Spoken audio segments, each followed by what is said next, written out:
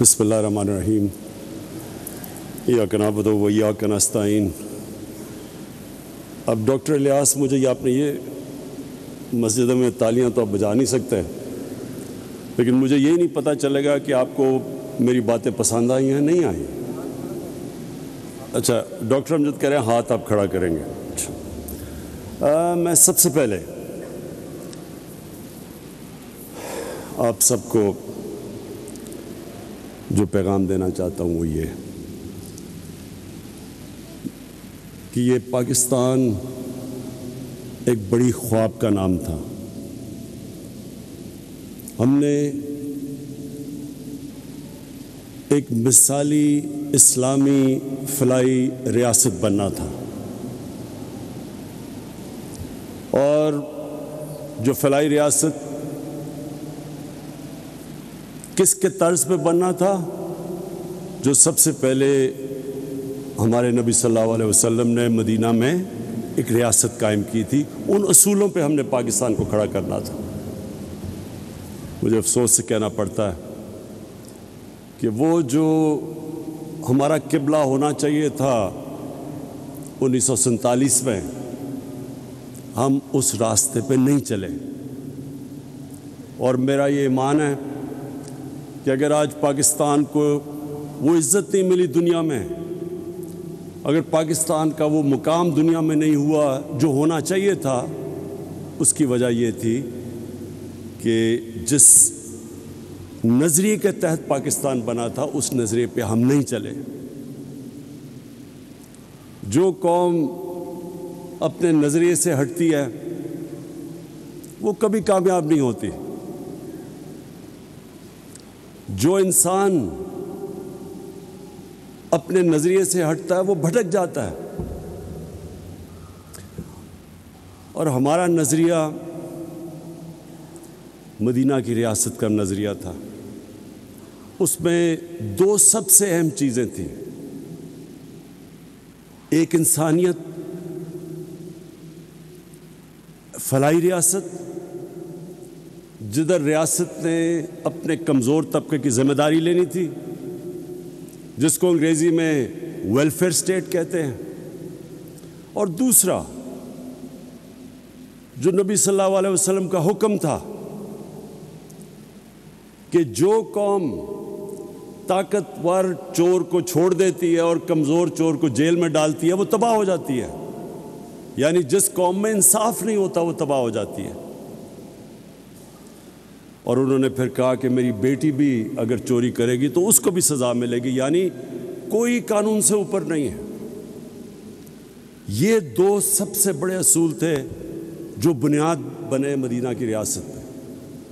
اور بھی تھے، میریٹوکریسی تھی، خواتین کو پہلی دفعہ جائیداد میں حق دیا گیا، غلاموں کو انسانوں کی طرح حکم دیا رکھنے کا، کوئی کسی کے اندر، سب انسان حضرت آدم کی اولاد بتایا گیا کہ کوئی بھی رنگ ہو آپ کا، اس پہ کوئی انسانوں کے اندر فرق نہیں ہے۔ اور پھر رحمت اللہ عالمین نے انسانوں کو اکٹھا کیا، انسانیت کا پیغام دیا کہ سب انسانوں کو تقسیم نہیں کیا، اور وہ ریاست اس کے اوپر کئی صدیوں تک مسلمانوں نے دنیا کی امامت کی۔ آج مجھے افسوس سے کہنا پڑتا ہے کہ جن اصولوں پہ انہوں نے مدینہ کی ریاست کھڑی کی تھی، آپ کو وہ اصول وہ لوگ جو مسلمان نہیں ہیں ان ریاستوں میں نظر آتے ہیں۔ میں ساری دنیا گیا ہوں، میں آپ کو یقین دلاتا ہوں، کوئی سوئٹزرلینڈ، نیوزی لینڈ، اسکینڈینیویا، ان ملکوں میں آپ چلے جائیں آپ کو زیادہ اسلام نظر آئے گا، وہ قریب ہیں ان کے مدینہ کی ریاست کے اصولوں پہ۔ وہاں انصاف بھی ہے، وہاں انسانیت ہے، وہاں فلاحی ریاست ہے، وہاں میریٹوکریسی ہے، وہاں خواتین کو حقوق ملے ہوئے ہیں، انسانوں میں فرق نہیں کرتے۔ اور مسلمان دنیا میں بڑے کم، 50 سے زیادہ مسلمان ملک ہیں، بڑے کم مسلمان ملکوں میں آپ کو وہ مدینہ کی ریاست کے اصول نظر آئیں گے۔ اسی لیے میں انشاءاللہ کل آغاز کر رہا ہوں رحمت للعالمین اتھارٹی کا، اور صرف میرا مقصد یہ ہے کہ اب ہمارے بچے کو سمجھ آئے کہ نبی صلی اللہ علیہ وسلم کا پیغام کیا تھا، سیرت نبی کیا تھی، سب کو پتہ چل جائے۔ اللہ کسی کو ایمان دیتا یا نہیں دیتا وہ تو اللہ کا تحفہ ہے، لیکن ہم اپنی ریاست ذمہ داری پوری کریں اپنے انسانوں پہ، اپنے بچوں پہ، ان کو بتائیں کہ اصل میں ان کی سیرت کیا تھی، ان کا راستہ کیا تھا۔ تو آج جو ہم یہاں جمع ہوئے ہیں اس کا مقصد ایک ہے کہ ہم اس فلاحی ریاست کے راستے پہ چلے جائیں، اور اس کے لیے میں سب سے پہلے تو آج اپنی قوم کا شکریہ کہ انہوں نے پہلی دفعہ پاکستان میں اتنا زیادہ ہم نے ٹیکس اکٹھا کیا،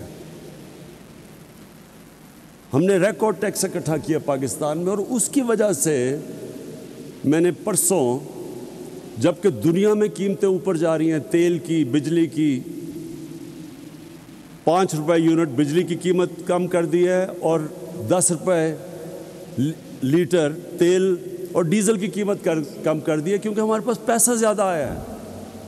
تو میں اپنی قوم کو کہتا ہوں کہ آپ جتنا زیادہ ٹیکس دیں گے وہ سارا ٹیکس میں لگاؤں گا اپنے نیچے لوگوں کو اوپر اٹھانے کے لیے، لوگوں کے بوجھ کم کرنے کے لیے، مہنگائی کم کرنے کے لیے۔ یہ میں آپ سے میرا وعدہ ہے، وہ کہیں اور پیسہ نہیں جائے گا، وہ صرف آپ کے اوپر لگے گا جس طرح ہمارا ٹیکس بڑھتا جائے گا۔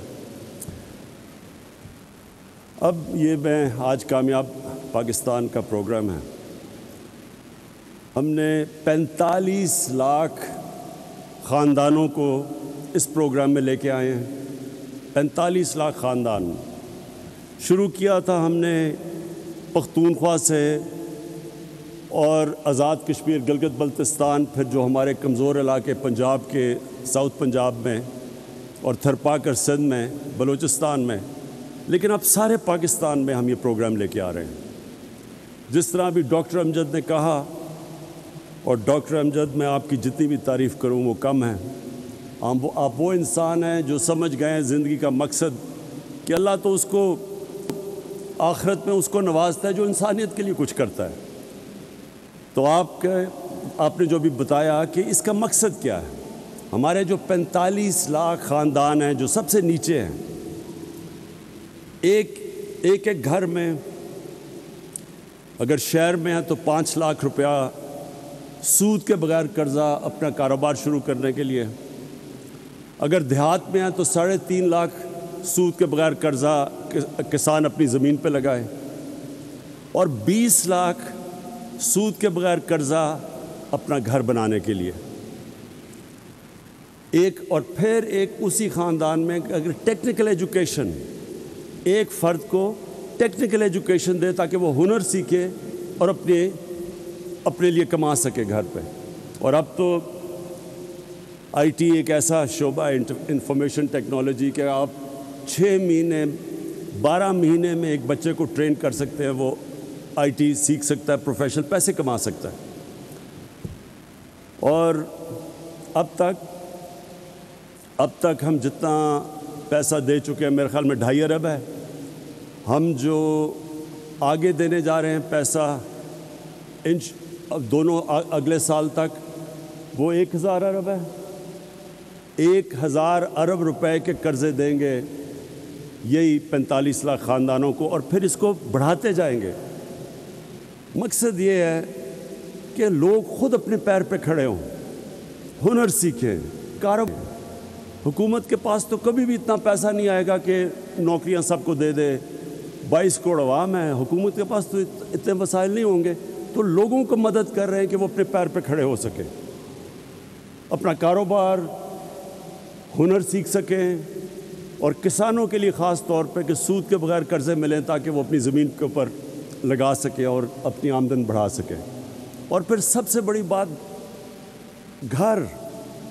یہ ایک انسان کی سب سے بڑی خواہش ہوتی ہے کہ میرے اپنی چھت ہو، لیکن ہمارے ملک میں اتنا مہنگا ہے گھر بنانا، اور بینک ابھی تک قرضے ہی نہیں دیتے تھے چھوٹے لوگوں کو, تنخواہ دار طبقہ, ان کے پاس کبھی بھی ان کو قرضے نہیں دیتے تھے, پیسے والوں کو قرضے دیتے تھے. تو اس کا ہوا کیا کہ صرف پیسے والے لوگ گھر بنا سکتے ہیں, اور ہمارے یہاں کچی آبادیاں یہ بڑھتی جا رہی ہیں. کراچی میں تقریباً 40% کراچی کچی آبادیاں ہو گیا ہے.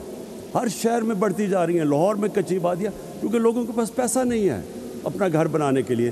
تو یہ کوشش, ایک تو یہ کہ سب سے جو 45 لاکھ غریب خاندان ہیں ان کو 20 لاکھ کا سود کے بغیر قرضہ, اور پھر ہم نے اب بینکوں کو تیار کیا ہے.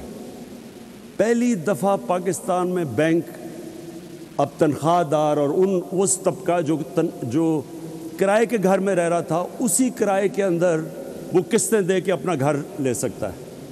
یہ بھی پاکستان میں پہلی دفعہ. اب تک 55 ارب روپے کے قرضے دیے گئے ہیں. اب تک 55 ارب روپے کے قرضے کبھی پاکستان میں تنخواہ دار اور نچلے طبقے کو نہیں دیے گئے تھے. اور یہ آنے والے دنوں ہر ہفتے یہ بڑھتے جا رہے ہیں قرضے, کیونکہ بینکوں نے پہلی دفعہ, ہم ان کو سبسڈائز کر رہے ہیں, ہم بینکوں کی مدد کر رہے ہیں ان کو پیسے دے کے, تاکہ جو سود زیادہ نہ ہو ایک عام آدمی کے لیے. تو گورنمنٹ سبسڈائز کر رہی ہے. تو انشاءاللہ میری جو خواب ہے کہ ہم وہ جو سفر نکل گئے ہیں فلاحی ریاست کی طرف, جس میں جو سب سے بڑا پروگرام ہم نے کیا, جس میں مجھے ابھی فخر سب سے زیادہ ہے, وہ ہے ہیلتھ کارڈ. اس مہینے کے اینڈ تک سارے پنجاب کے خاندان کے پاس ہیلتھ کارڈ آ جائے گا. یہ پھر سے سن لیں, ہیلتھ کارڈ کیا ہے؟ 10 لاکھ روپے کی ہیلتھ انشورنس ہر پنجاب, پختونخوا, آزاد کشمیر, گلگت بلتستان, بلوچستان, ہر خاندان کے پاس 10 لاکھ روپے کا ہیلتھ انشورنس ہوگی. یہ نہیں گورنمنٹ ہاسپٹل, کسی بھی اچھے سے اچھے ہسپتال میں جا کے وہ 10 لاکھ روپے تک اپنا علاج کروا سکیں گے. اب تک عام لوگ صرف گورنمنٹ کے ہسپتالوں میں جا کے اپنا علاج کرواتے تھے, اور گورنمنٹ کے ہسپتال اگر آپ باہر چلے جائیں بڑے شہروں سے, تو وہاں بڑا مشکل, کئی دفعہ ڈاکٹر نہیں ہوتے, نرسیں نہیں ہوتی, ایکوپمنٹ نہیں ہوتی, تو وہ بیچارے رلتے شہروں میں آتے ہیں. شہروں میں ہسپتال بھرے ہوئے ہوتے ہیں, 2 3 لوگ بستر پہ ہوتے ہیں. تو یہ جو ہیلتھ کارڈ سے اب کیا ہوگا, اب جو پرائیویٹ سیکٹر کے ہاسپٹل ہیں وہ دیہاتوں میں جا کے ہسپتال بنائیں گے, کیونکہ ہر خاندان کے پاس اب پیسہ آ گیا ہے اپنا علاج کروانے کے لیے. اور اس سے انشاءاللہ جو میری ایک ہمیشہ میں سمجھتا تھا کہ سب سے برا اور مشکل وقت ایک خاندان پہ تب آتا ہے جب ایک گھر میں بیماری ہو, ماں باپ بیمار ہوں, بچے بیمار ہوں, اور ان کے پاس پیسہ نہ ہو علاج کروانے کا. اس سے زیادہ ایک گھر میں بے بسی کا عالم نہیں ہوتا. تو یہ مجھے جو سب سے بڑی خوشی, اگر مجھے پوچھیں کہ 3.5 سال میں آپ کو کس چیز میں سب سے زیادہ خوشی ملی ہے, وہ اس میں ملی ہے کہ انشاءاللہ اس مہینے کے اینڈ تک سارے پاکستان کے خاندانوں کے پاس 10 لاکھ روپے کا ہیلتھ انشورنس آ جائے گی. کسی بھی ہسپتال میں جا کے اپنا علاج کروا سکتے ہیں. میں آخر میں سارے جتنے بھی لوگوں نے مل کے یہ کامیاب پاکستان میں, جتنے بھی اداروں نے, اخوت, NRSP, سب نے جنہوں نے مل کے یہاں تک یہ ممکن کیا ہے, میں آپ سب کو خراج تحسین پیش کرتا ہوں.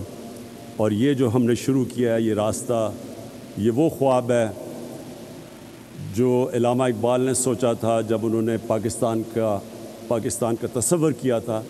یہ اس راستے پہ انشاءاللہ ہم نکل گئے ہیں جو میں سمجھتا ہوں کہ پاکستان کی عظمت کا راستہ ہے. پاکستان پائندہ باد. سبسکرائب کریں اور بیل دبائیں تاکہ کوئی خبر رہ نہ جائے.